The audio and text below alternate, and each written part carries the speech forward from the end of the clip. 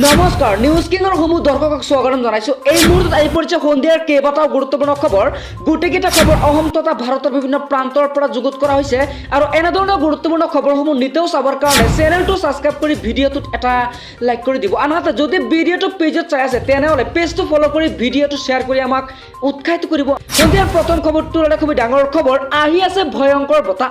যিকোনো মুহূৰ্ততে অসমত আহিব পাৰে মোচা আৰু এই মোচা প্ৰতি ঘণ্টাত 200 কিলোমিটাৰ গতিবেগত আহিছে। ক'ৰ পৰা আৰম্ভ হৈছে এই ভয়ংকৰ মোচা আমি সবিশেষ জনাই আছো, গতিকে ভিডিঅ'টো স্কিপ নকৰাকৈ সম্পূৰ্ণকৈ চাওক। আহি আছে ভয়ংকৰ ঘূৰ্ণী বতাহ আৰু এই ভয়ংকৰ ঘূৰ্ণী বতাহ বাংলাদেশ আৰু ম্যানমাৰত অত্যাধিক প্ৰভাৱ পৰিব বুলি জানিব পৰা গৈছে আৰু উৰিষ্যাৰ মুখ্যমন্ত্ৰীয়ে উদ্ধাৰকাৰী বাহিনীক সষ্টম হৈ থাকিবলৈ নিৰ্দেশ দিছে আৰু এই ভয়ংকৰ মোচাক লৈ সতৰ্কতামূলক পন্থা অৱলম্বন কৰিছে বতৰ বিজ্ঞান কেন্দ্ৰ। আৰু এই ঘূৰ্ণী বতাহ 6 মে'ত বংগৰ দক্ষিণ পূব সাগৰীয় উপকূলত উদ্ভৱ হ'ব আৰু 48 ঘণ্টাৰ ভিতৰত এই মোচাই ৰুদ্ৰৰূপ ধৰিব বুলি সতৰ্কবাণী জাৰি কৰিছে বতৰ বিজ্ঞান কেন্দ্ৰই।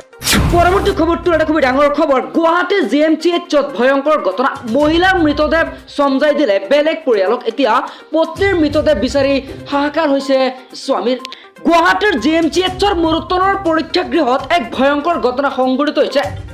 কৰ্তৃপক্ষৰ ভুলৰ কাৰণেই সংঘটিত হৈছে এই ভয়ংকৰ ঘটনা। লক্ষীমী নেত্ৰী নামৰ মহিলাগৰাকীৰ মৃতদেহ চমজাই দিলে বেলেগ এটা পৰিয়ালক।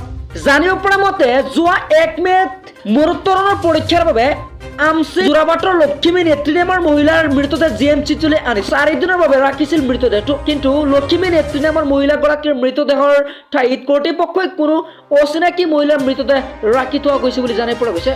যেতিয়া লক্ষীমী নেত্ৰী নামৰ মহিলাগৰাকীৰ মৃতদেহ নিবলৈ আহি পত্নীৰ মৃতদেহৰ ঠাইত আন মহিলাৰ মৃতদেহ দেখি কোৱা লাগিছে পৰিয়ালৰ লোকসকলৰ মাজত। অৱশেষত আৰক্ষী থানাত এজাহাৰ দাখিল কৰিছে লক্ষীমী চেত্ৰীৰ স্বামী।